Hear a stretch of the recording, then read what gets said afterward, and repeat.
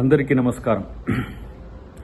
మొన్న నిర్మల్లో జరిగిన సమావేశంలో మాట్లాడిన మాటల్ని కొంతమంది దుర్మార్గులు వక్రీకరించి ఫేక్ను క్రియేట్ చేసి క్రాప్ చేసి రాముణ్ణి నేను తూలనాడినట్టుగా ప్రచారం చేసేదాన్ని నమ్మొద్దని నేను విజ్ఞప్తి చేస్తున్నా. మా సగర సంఘం మిత్రుడు శేఖర్తో పాటు చాలామంది నాకు ఫోన్ చేసి అన్న విషయంలో వీళ్ళు తప్పుడు ప్రచారం చేస్తున్నారు కాబట్టి మీ వివరణ ఇవ్వాలని చెప్పి అన్నందుకు మేము ముందుకు వచ్చిన. రాముడు అందరివారు.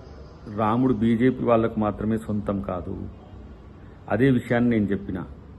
దాంట్లో చాలా స్పష్టంగా రాముణ్ణి మొక్కుడే బీజేపీని తొక్కుడే అన్న దాన్ని కూడా పక్కన పెట్టేసిండ్రు. సో ఆ కసిని అమిత్ షాను మోడీని రాజకీయ విమర్శలు చేస్తే అది రాముని మీదకి తెచ్చి రాజకీయ పబ్బం గడుపుకోవాలనుకుంటున్నారు. రాముణ్ణి నమ్ముకునే వాళ్ళం మేమైతే రాముణ్ణి అమ్ముకునే వాళ్ళు బీజేపీ మిత్రులు. సో ఒక పవిత్రమైన రామనామాన్ని యుద్ధ నినాదంగా మార్చొద్దు. ఇది ప్రపంచంలో ఉన్న రామభక్తులను వంచినట్టే అనే విషయాన్ని బీజేపీ ఆర్ఎస్ఎస్ మిత్రులు గమనించాలని విజ్ఞప్తి. అన్నిటికంటే ముఖ్యంగా ఈరోజు రాజకీయాల కోసం మతాన్ని అసలు వాడొద్దని ఎలక్షన్ కమిషన్ చెప్తున్న వాళ్ళు పదే పదే అది వాడుతున్న పరిస్థితిని గమనించాలి.